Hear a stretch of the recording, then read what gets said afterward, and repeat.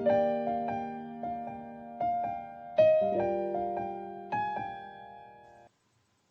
regresi linear berganda sekaligus uji asumsi klasik dengan SPSS. Konsep dasar analisis regresi linear berganda. Yang pertama, analisis regresi linear berganda bertujuan untuk mengetahui pengaruh dua atau lebih variabel independen X terhadap variabel dependen Y. Menurut Febi Ratna Sujarweni, model regresi linear berganda dapat disebut sebagai model yang baik atau yang memiliki ketepatan dalam estimasi, tidak bias dan konsisten, jika model tersebut memenuhi asumsi normalitas dan bebas dari asumsi klasik. Contoh kasusnya, judul penelitian pertama, pengaruh return on asset, return on equity, dan price earning ratio terhadap harga saham pada perusahaan perbankan yang terdaftar di Bursa Efek Indonesia periode 2011-2014. Data yang digunakan adalah data sekunder time series. Judul penelitian kedua adalah pengaruh kompetensi dan lingkungan kerja fisik terhadap kinerja karyawan pada PT PSS Indonesia. Data yang digunakan adalah data primer cross-section. Tahapan analisis. Yang pertama, persiapkan tabulasi data penelitian. Ini data yang sudah disiapkan. Ada terdapat 8 sektor perbankan yang akan kita analisis datanya. Yang kedua, analisis regresi linear berganda dan uji asumsi klasik, yaitu normalitas, multikolonialitas, heterokedastisitas, dan autokorelasi dengan SPSS. Yang ketiga, melihat dasar pengambilan keputusan dalam uji normalitas, multikolonialitas, heterokedastisitas, autokorelasi, dan regresi linear berganda atau uji T dan uji F. Yang keempat, pembahasan dan pembuatan kesimpulan. Selanjutnya kita buka aplikasi SPSS, lalu kita memilih variable view, lalu untuk nama kita ganti menjadi X1, X2, X3, dan Y.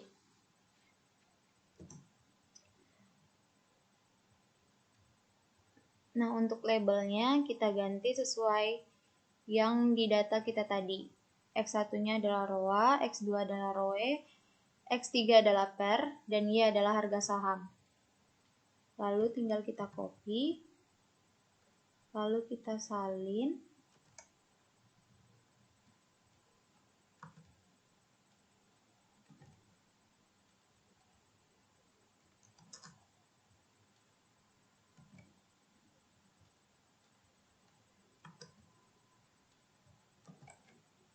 Nah, setelah itu kita lihat angkanya. Di ROA, angka desimalnya di ROA, ROE, dan PER, angka desimalnya ada 2 di belakang koma. Nah, ini udah pas, ROA, ROE. Sedangkan harga saham tidak ada angka desimalnya. Jadi kita bikin menjadi 0.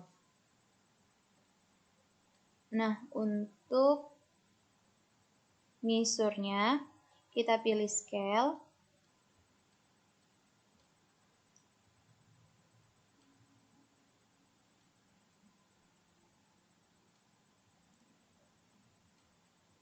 Lalu setelah selesai, kita pilih data view. Jadilah seperti ini. Lalu datanya kita copy.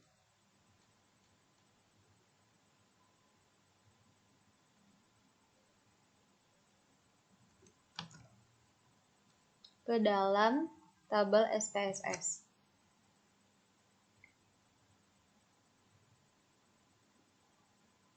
Nah, ini data yang udah tercopy. Nah, selanjutnya kita akan analisis regresi linear berganda dan uji asumsi klasik dengan menekan menu Analyze, lalu memilih Regression, lalu Linear, lalu akan muncul menu seperti ini, dan untuk dependennya kita masukkan yang harga saham.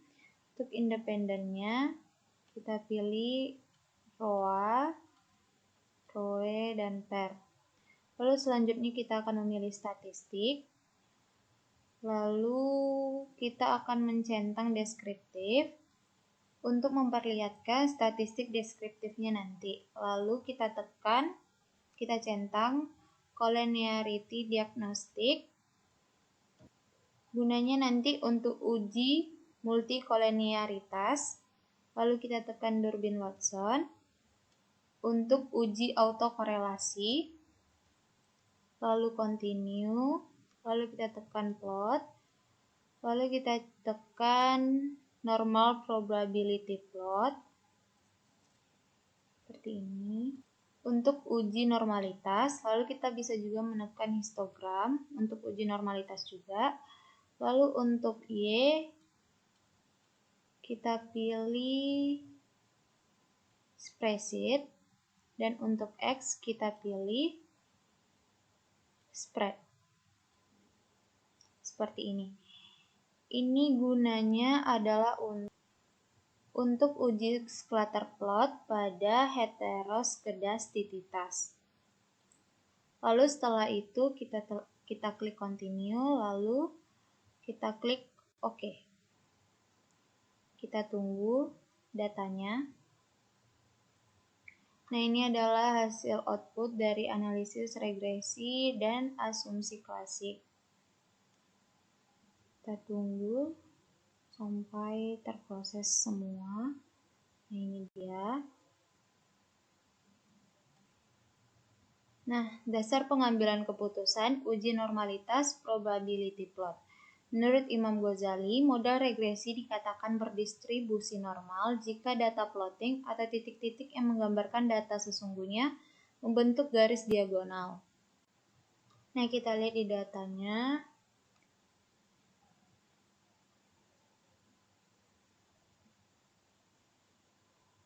Diagram normalitas probability plot. Nah, ini diagramnya. Kita melihat titik-titiknya mengikuti garis diagonal. Nah, apabila kita ragu dengan titik-titiknya apakah mengikuti garis diagonal atau tidak, kita bisa melakukan dengan uji Kolmogorov-Smirnov. Nah, hasil dari kesimpulan uji normalitas ini adalah model regresi berdistribusi dengan normal karena mengikuti garis diagonal. Selanjutnya adalah dasar pengambilan keputusan uji multicollinearitas, tolerance, dan Fives. Menurut Imam Ghazali, tidak terjadi gejala multicollinearitas jika nilai tolerance lebih besar 0,100 dan nilai Fives lebih kecil dari 10,00. Nah, mari kita lihat di tabel. Tolerance itu terdapat pada di tabel koefisien. Ini. Nah, di sini akan diberitahu nilai tolerance dan Fives-nya. Nah, untuk nilai tolerance-nya, nilai tolerance dari Rowe dan Pair-nya adalah 0,191, 0,195, 0,949. Nah, semua nilai ini lebih besar daripada 0,100. Nah, untuk nilai Fives-nya, kita lihat di sini nilai Fives-nya harus lebih kecil dari 10. Nah, di sini nilai Fives-nya semuanya lebih kecil dari 10. Maka untuk kesimpulan uji multicollinearitas adalah tidak ada gejala multicollinearitas. Selanjutnya adalah dasar pengambilan keputusan uji heteroskedastisitas scatter plot. Menurut Imam Ghazali, tidak terjadi heteroskedastisitas jika tidak ada pola yang jelas, seperti bergelombang, melebar, kemudian menghimpit pada gambar scatter plotnya, serta titik-titik menyebar di atas dan di bawah angka 0 pada sumbu Y. Jadi bisa kita lihat bahwa di dalam scatter plots-nya kita punya ini tidak membentuk pola bergelombang, melebar, kemudian menghimpit. Selain itu, titik-titiknya juga menyebar di atas dan di bawah sumbu Y, yaitu di angka 0. Jadi, kesimpulan yang bisa kita ambil adalah tidak ada gejala heteroskedastisitas. Selanjutnya adalah dasar pengambilan keputusan uji autokorelasi Durbin-Watson. Menurut Imam Ghazali, tidak ada gejala autokorelasi jika nilai Durbin-Watson berada di antara DU sampai dengan 4 min DU. Untuk pembahasan dan kesimpulan uji autokorelasi ini, kita pertama kali harus mencari nilai DU terlebih dahulu pada distribusi nilai tabel Durbin-Watson. Berdasarkan K3 yaitu jumlah variabel independen atau bisa disebut X yang bisa kita lihat di dalam tabel ANOVA. Lalu ada N32 yang dimana itu adalah banyaknya sampel yang bisa kita lihat di dalam tabel deskriptif statistiknya dengan signifikansi yaitu 5%. Lalu hasil yang kita dapat dari tabel Durbin-Watson-nya itu adalah 1,650. Selanjutnya kita masukkan nilai DU-nya, yaitu DU sama dengan 1,690 lebih kecil dari Durbin-Watson-nya yaitu 1,671, lebih kecil lagi dari 4 min DU-nya yaitu 2,350. Jadi nilai Watson terletak di tengah DU sampai dengan 4 min DU. Maka kesimpulannya tidak ada gejala autokorelasi. Maka dari itu, asumsi klasik sudah terpenuhi. Lalu selanjutnya kita masuk ke dalam dasar pengambilan keputusan uji T parsial atau regresi linear berganda berdasarkan nilai signifikansinya. Menurut Imam Ghazali, jika nilai signifikansi SPSS lebih kecil dari 0,05, maka artinya variabel independen atau X secara parsial berpengaruh terhadap varian dependen atau Y. Jadi bisa kita lihat di tabel koefisiennya, kita bisa lihat ROA atau X1 itu dia jumlahnya 0,05. Jadi itu artinya adalah lebih kecil dari 0,05. Lalu kita lihat lagi yang ρ atau X2, nilainya itu adalah 531 yang berarti lebih besar daripada 0,05. Lalu kita lihat juga per atau X3-nya, nilai signifikansinya itu 0,00 yang berarti lebih kecil daripada 0,05. Maka dari tabel di atas yang tidak berpengaruh adalah ρ atau X2 karena nilainya lebih besar dari 0,05. Lalu kesimpulan dari uji T parsial ini adalah return on asset yang X1 berpengaruh terhadap harga saham atau Y, yang dimana tadi adalah lebih kecil daripada 0,05. Lalu return on asset X2 tidak berpengaruh terhadap harga saham atau Y karena dia tadi nilainya lebih besar daripada 0,05. Lalu yang terakhir, price earning ratio atau X3 berpengaruh terhadap harga saham atau Y karena tadi dia nilainya lebih kecil daripada 0,05. Baiklah, di sini kita akan menjelaskan tentang dasar pengambilan keputusan uji T parsial atau regresi linear berganda berdasarkan nilai signifikansi. Menurut Imam Ghazali, jika nilai signifikannya lebih kecil dari 0,05, maka artinya variabel independen atau variabel X secara parsial berpengaruh terhadap variabel dependen atau variabel Y. Nah, bisa kita tengok di kolom signifikan, yaitu nilai-nilai dari signifikan variabel 1 sampai variabel 3, yang mana variabel ρ atau variabel X1 yaitu nilai signifikannya berjumlah 0,005, yang mana itu nilai signifikannya itu lebih kecil dari 0,05.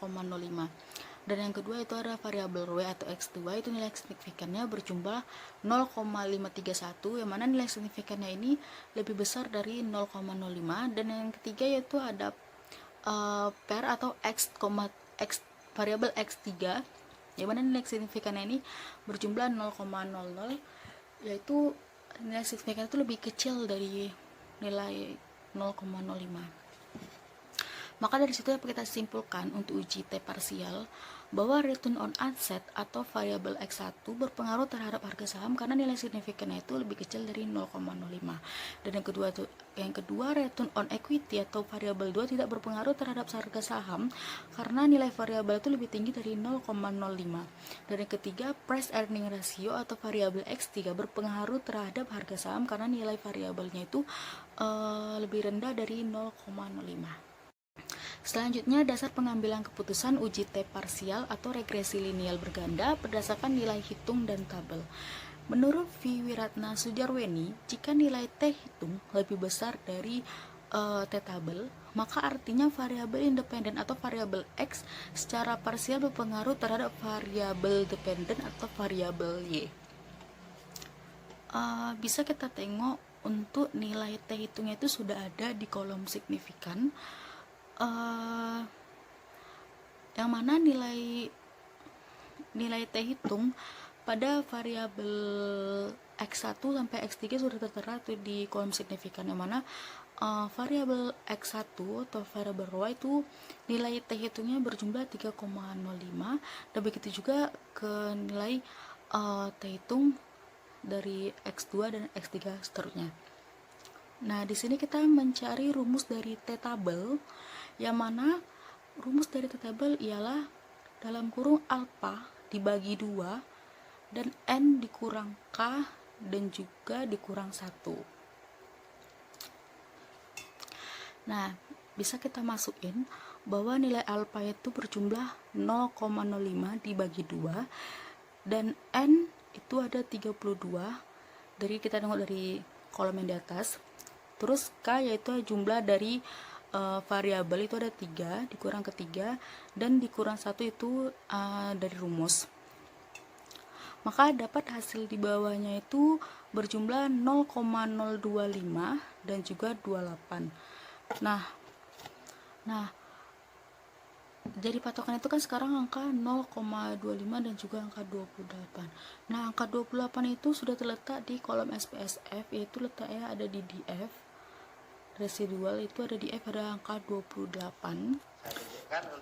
Nah, selanjutnya kita lihat nilai distribusi dari 0,025 dan juga 28, yaitu terdapat 2,048. Itu bisa kita langsung lihat di kolom distribusinya.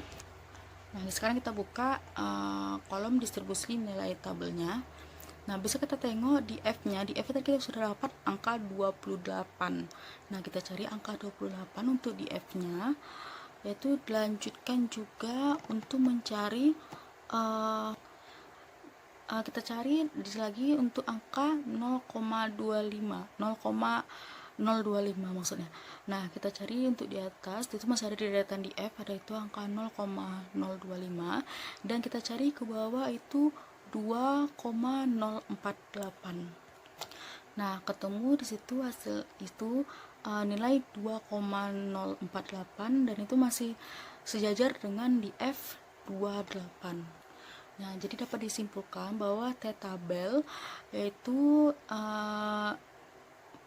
berjumlah, yaitu T tabelnya dapat kita simpulkan hasilnya itu 2,048. Nah, selanjutnya kita akan membandingkan hasil dari T tabel tadi dengan T hitungnya, yaitu dengan cara kita melihat dari perbandingan nilai T dengan kurva. Nah, dengan kita melihat kurva, kita akan mengetahui arah nilai X itu berpengaruh ke positif ataupun berpengaruh ke area negatif. Nah, sekarang kita kembali lagi ke kolom signifikannya untuk bagian kolom T hitungnya. Nah, bisa kita masukkan yaitu ada variabel ρ atau variabel X1, yaitu nilai T hitungnya itu berjumlah 3,054. Nah, jadi kita bikin di kurvanya itu di T hitung variabel X1 nya 3,054. Tapi sebelumnya kita bisa bikin dulu untuk hasil dari T tabelnya tadi itu berjumlah 2,048. Nah, T tabel itu